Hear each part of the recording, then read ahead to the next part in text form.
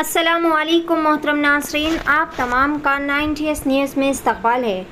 World environment day जो कि गांधी भवन नामपल्ली में बड़े ही शानदार पैमाने पर गांधी ग्लोबल फैमिली की जानिब से मुनक़्क़िद किया गया। इस मौके पर Gandhi Gyan Prasthan Kodanda Ram Reddy, doctor T Surendra, Congress party senior leader Syed Hashmatullah Khadri, Vilas Sevadar, Koram Bheem जिला, मोहम्मद फसीउद्दीन सेवादल, ग्रेटर हैदराबाद जी सत्यनारायणा और दिगर कई सारे आला ओहदेदारान भी इस मौके पर मौजूद थे। पेश है 90s न्यूज़ की खुसूसी रिपोर्ट। ప్రపంచ పర్యావరణ దినం ప్రపంచంలోనే అనేకమైన విపత్తులు మనం చూస్తున్నాం, వింటున్నాం కూడా. దుబాయ్లోనైతే వర్షాలు రాక అనేకమైన పరీక్షలు జరిగిన తర్వాత రెగ్యులర్గా జరుగుతాయి. ఒక్కసారి కుండపోత వర్షం కూర్చి నగరాన్నంతా అతలాకుతలం చేసింది.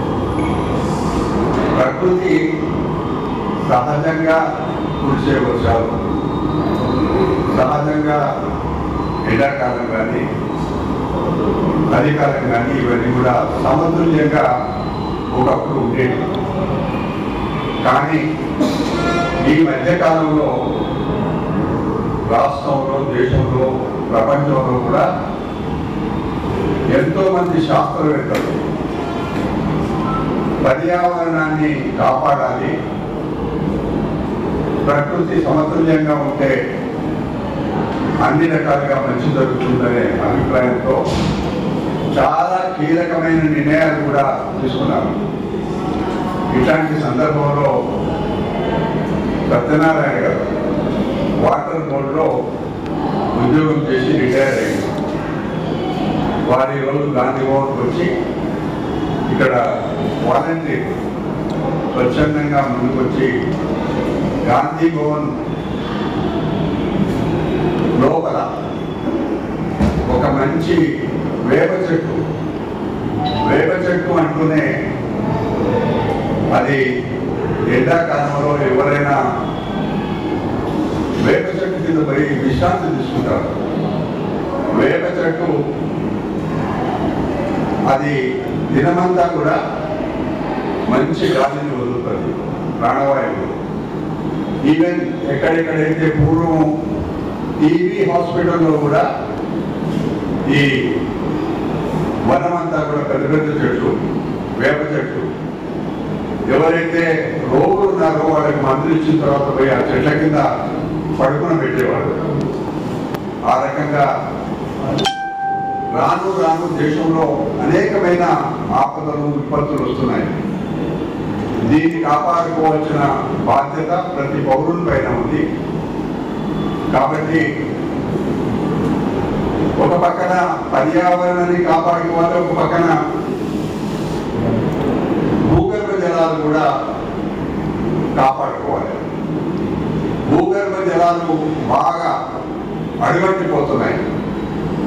ఈ మధ్యకాలంలో వచ్చిన రిపోర్టు చూస్తే తెలంగాణ ప్రాంతంలో ఒక్క జగిత్యాల జిల్లా తప్పితే అన్ని ప్రాంతాలలో కూడా ఆ రిపోర్ట్ ప్రకారంగా చాలా భూగర్భ జలాలు తగ్గిపోయినాయి అనే మాట గ్రహించడంతో కాదు, చాలా నష్టం కూడా జరిగింది.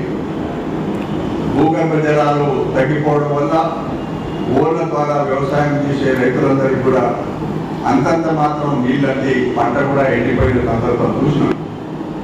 మొన్న మధ్యన ఇప్పుడైతే నిన్న మన వర్షాలు పడి కొంత చల్లబడింది. కానీ ఈసారి ఎండాకాలంలో వడగాడుపులతో 97 మంది ప్రాణాలు పోయి తెలంగాణ రాష్ట్రంలో. అంటే ఎంత తీవ్రంగా ఎండ ఉండింది. ఈ ఎండ తీవ్రత ఎక్కడో ఒక చోట 1-2 జిల్లాలలో ఉండేది. హైదరాబాద్ నగరం ఎట్లాంటిదంటే అందరూ కూడా ఈ నగరాన్ని ఇక్కడికి వచ్చి విశ్రాంతి తీసుకునేవాళ్ళు. ఎండాకాలంలో మంచి నగరం. ఎండాకాలంలో కూడా ఫ్యాన్ లేకుండా హాయిగా ఉండే రోజులు నా చిన్నతనంలో చూసిన. చివరికి దేశ రాష్ట్రపతి గారు కూడా విడిదికి ఇక్కడే వస్తారు హైదరాబాద్ నగరానికి.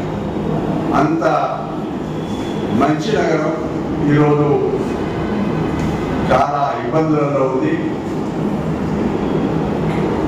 పర్యావరణం సమతుల్యం లేక ఒక పక్కన పొల్యూషన్, మోటార్ వాహనాల ట్రాఫిక్, మల్టీనేషనల్ సిమెంట్ బిల్డింగ్లు, కాంక్రీట్ మయమైపోయిన ప్రాంతాలు, వీటన్నిటిపైన శాస్త్రజ్ఞులు ఏదైతే ఎప్పటికప్పుడు ఆయా వ్యవస్థలకు చెప్తున్నారో దాన్ని పాటించాల్సిన అవసరం ఉంది. హైదరాబాద్ నగరంలో అంతస్తులకు అంతు లేకుండా ఇల్లు కడుతున్నారు.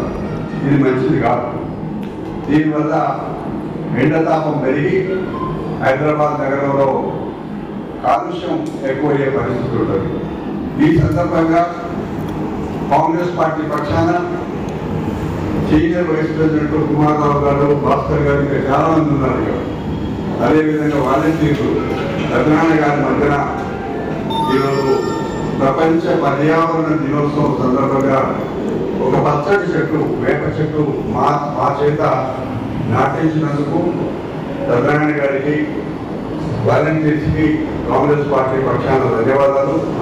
కాంగ్రెస్ పార్టీ తరఫు నుంచి మేము రాష్ట్రంలో ఉన్న ప్రజానికానికి, పౌరులకి మనవి చేస్తూ ఉన్నాం. భూగర్భ జలాలు ఎంత అవసరమో పర్యావరణం కూడా అంతే అవసరం, చెట్లు నాటే కార్యక్రమం కూడా అంతే అవసరం. దీనికి రైతులందరూ ఈరోజు గాంధీ గ్లోబల్ ఫ్యామిలీ